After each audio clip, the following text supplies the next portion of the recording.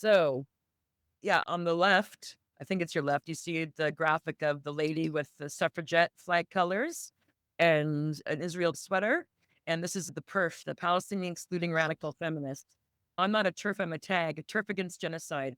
I know there are only two sexes and you can't change your sex, and it's stupid to pretend that a man's a woman and a woman's a man, or that people are both or neither, or can switch back and forth depending on the word. And I know that Israel is a lunatic timeshare protection racket imperial outpost colony that is the tip of the sword of Western imperialism. They want greater Israel, and sometimes it's sped up and sometimes the project is slowed down. But that's my understanding of Israel geopolitically. Yeah. But what you found is, and I'll let you talk about Kelly J. Keene's blacklisting of people who were not sounding like they just crawled out of Bibi Netanyahu's asshole or took the IDF tour and swallowed it whole. From the go, it was been entirely Israeli centered, especially on the hostages. Everything is filtered through that. There's no effort or capacity to look at anything from the point of view of the Palestinians. And it doesn't matter how many bodies pile up. It doesn't matter what the Israelis say, do, post, boast. These ladies have dug in. So that's the perf. Yeah. So they're for women's rights. So women's rights activists, femalists, party of women, let women speak, all with an asterisk. Then in the middle of this graphic, you have Women's Declaration International, which came online, I don't know, maybe 6 months ago or something. I'm not sure. Women's Declaration International started in the United States, US-based organization. I think it started to combat this trans women or women crap. Yeah. Okay. Women are adult human females. The only people that can become women are girls who make it through puberty.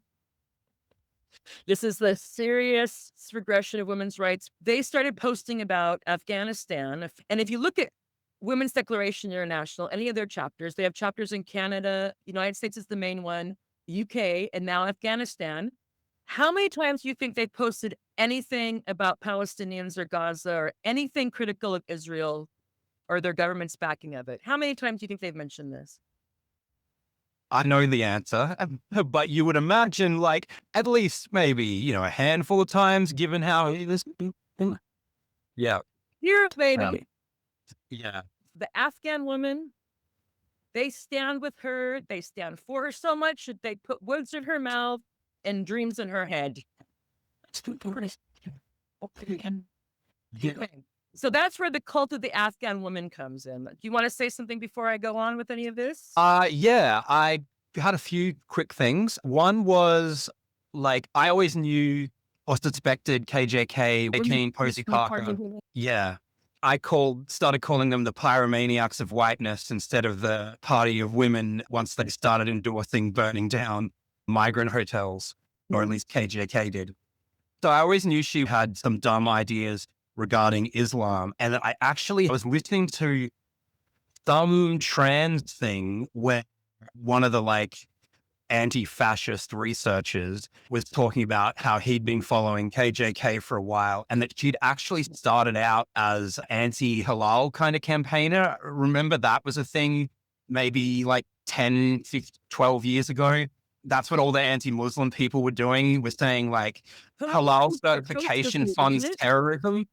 They were arguing that whoever does the certification is like connected to terrorism. So if we allow halal certification, then we're funding terrorism, was their basic claim. But pretty slow. do you remember prior to October 7, Kelly J. Keene saying something to the effect of like, I don't know enough about like Palestine, Israel to have an opinion on it. And normally I agree with the last person I've heard. So if I hear someone from Palestine talking, yeah. So that's definitely different to like her post-October 7 attitude, but is very like similar to say Megan Mercy, who's good friends with Kelly J. Keene, who admitted she didn't even know what Zionism was prior to October 7th. So I think probably the vast majority of them were in that situation of like, had never thought about the issue prior to this. And yeah, then just got spoon fed to the Hasbara from their communities and took that on face value. Douglas Murray. They love Douglas Murray, Constantine Kissin. Oh God. Her